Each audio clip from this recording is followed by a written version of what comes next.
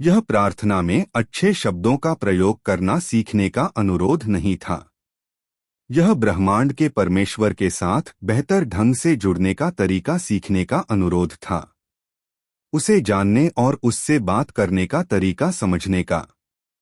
यह सत्य हमें प्रार्थना का सार क्या है परमेश्वर को जानने का निर्देश देता है। यूहन्ना 17:3 निर्गमन 33:13।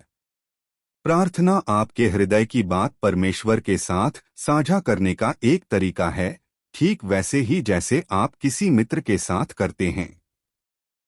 और यह एक ऐसी बात है कभी भी कहीं भी किया जा सकता है। हमारे प्रार्थना जीवन के माध्यम से परमेश्वर से संवाद का द्वार हमेशा खुला रहता है और कोई उसे बंद नहीं कर सकता। प्रकाशित वाक्य 3:8। परमेश्वर चाहता है कि हम प्रार्थना के माध्यम से अपने जीवन को उसके साथ जोड़े।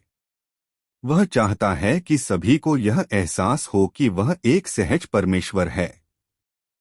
यही वह अंतर्निहित सत्य है जो पवित्र शास्त्र की प्रार्थनाओं में प्रकट होता है। प्रभु की प्रार्थना सबसे लोकप्रिय प्रार्थनाओं में से एक बाइबल है। आपकी आस्था या पृष्ठभूमि चाहे जो भी हो, आपने इस प्रार्थना के बारे में जरूर सुना होगा क्योंकि इसका व्यापक रूप से उल्लेख किया जाता है।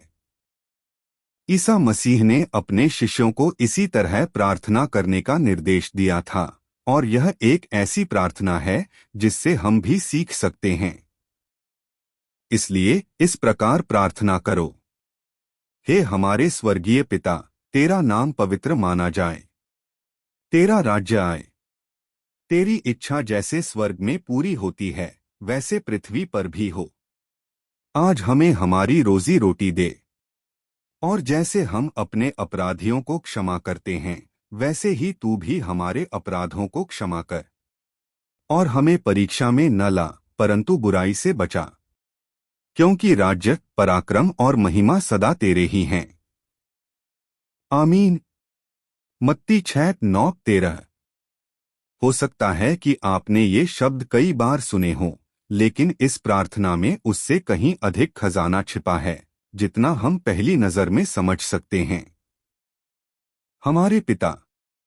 जब यीशु ने अपने अनुयायियों को इस तरह प्रार्थना करने का निर्देश दिया तो यह किसी स्क्रिप्ट की तरह नहीं था। यह एक टेम्पलेट की तरह था और इसका उद्देश्य उन्हें और हमें भी यह अंतर्दृष्टि देना था कि वे परमेश्वर के पास कैसे पहुंच सकते हैं। उदाहरण के लिए, इस प्रार्थना के जरिए हमें परमेश्वर को हमारे पिता कहकर पुकारने के लिए प्रोत्साहित किया गया है। इस उपाधि के बारे में सोचिए। यह संबंध परक है। हाँ, परमेश्वर शक्तिशाली है, पूरे ब्रह्मांड का राजा, लेकिन वह हमारा स्वर्गीय पिता भी है। तुम्हारा कार्य हो जाएगा। प्रभु की प्रार्थना में मसीह कहते हैं कि हम प्रार्थना करें कि परमेश्वर की इच्छा पृथ्वी पर हमारे जीवन में भी जैसी स्वर्ग में पूरी होती है वैसी ही पूरी हो। जब हम ईश्वर की इच्छा के आगे झुक जाते हैं तो हम एक नए प्रकार के आनंद और शांति का अनुभव कर सकते हैं। यह हमेशा आसान नहीं होता और इसके लिए अभ्यास की आवश्यकता होती है, लेकिन इस प्रार्थना को करने से हम सीखते हैं कि जब हम यह प्रार्थना करते हैं तो हम अपने जीवन को ईश्वर की इच्छा से जोड़ रहे होते हैं। हम उनकी दिव्य योजना का हिस्सा बनने के लिए प्रार्थना कर रहे होते हैं, जिससे उन्हें हमारे जीवन में कार्य करने की अनुमति मिलती है। और इसका मतलब यह नहीं कि हम हर दिन परमेश्वर से यह प्रार्थना करें कि वह हमें या हमारी इच्छाओं को पूरी तरह बदल दे। उसने जानबूझकर हम में से हरेक को अनोखा बनाया है। इसके बजाय अपने जीवन में उसकी इच्छा पूरी होने के लिए प्रार्थना करने से हमें यह समझने में मदद मिलती है कि हम उसके लिए कितने अनोखे और उपयोगी हैं। परमेश्वर की संपूर्ण योजना में हम में से प्रत्येक एक विशेष भूमिका निभा सकता है, और वह हमें ऐसे सार्थक कार्य करने के लिए प्रेरित कर सकता है जो हमारे आसपास की दुनिया में उसके प्रेम को प्रकट करने में मदद करें। हम अपनी दैनिक आवश्यकताओं और अपने गहनतम संघर्षों को भी परमेश्वर के समक्ष ला सकते हैं।